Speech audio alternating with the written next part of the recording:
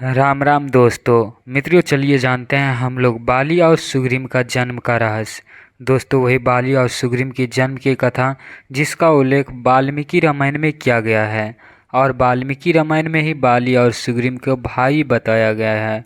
और साथ ही में ये भी बताया गया है कि दोनों का पिता अलग अलग है।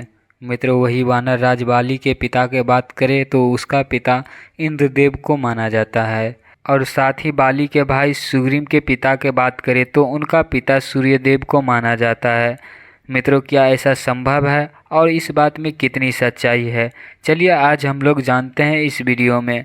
इससे पहले आप हमारे YouTube चैनल सनातन बचाओ पे नए हैं तो प्लीज़ इन्हें सब्सक्राइब कर लें और वीडियो अच्छा लगे तो वीडियो को लाइक और शेयर ज़रूर करें। मित्रों, यह कथा उस समय की है जब पृथ्वी पर मनुष्य हर तरफ अत्याचार, ईर्ष्या, द्वेष से पीड़ित थे। तब यह देख सृजनकर्ता भगवान ब्रह्मा जी बहुत दुखी हुआ और उनका मन अशांत रहने लगा। और जब यह देख माता सरस्वती ने भगवान ब्रह्मा से अशांत मन का कारण पूछा तो भगवान ब्रह्मा ने बताया कि कैसे पृथ्वी लोक पर मनुष्य ईर्ष्या द्वेष से पीड़ित होकर एक दूसरे पर अत्याचार कर रहे हैं। और यह कहकर भगवान ब्रह्मा अपनी दुखी मन को शांत करने के लिए ध्यान करने लगे। और तपस्या करते समय भगवान ब्रह्मा के मन अशांत होने के कारण ब्रह्मा जी के आँखों से आंसू निकल आया और वह आंसू का बूंद जाकर धरती पर गिरा। और वही आंसू और पृथ्वी देवी के संयोग से वनराज का जन्म हुआ, जो देखने में बंदर की तरह था। लेकिन वनराज का मन भी ब्रह्मा जी के तरह दुखी और अशांत था।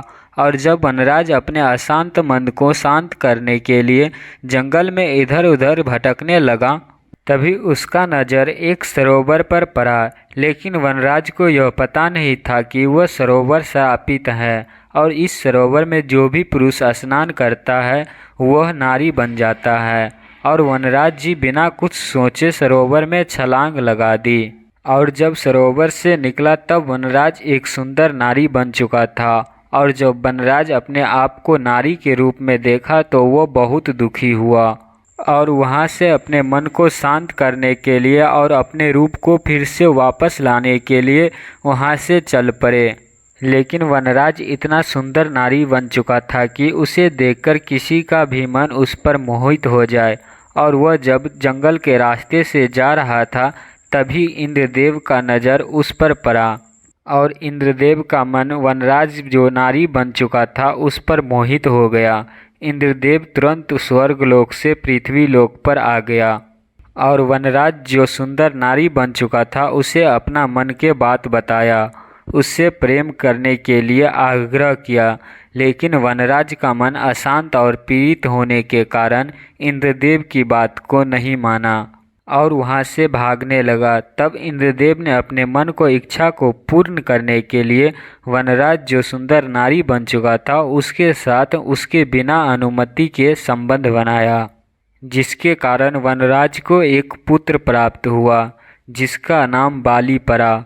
और उसके बाद नारी बने वनराज अपने बच्चे के साथ जंगल में भटकते भटकते गौतम ऋषि के आश्रम पहुंचा और गौतम ऋषि को अपना सारा दुख बताया और उनके साथ कैसे छल हुआ यह सब गौतम ऋषि को बताने के बाद गौतम ऋषि ने वनराज को कहा कि तुम सूर्य देव को तपस्या करो।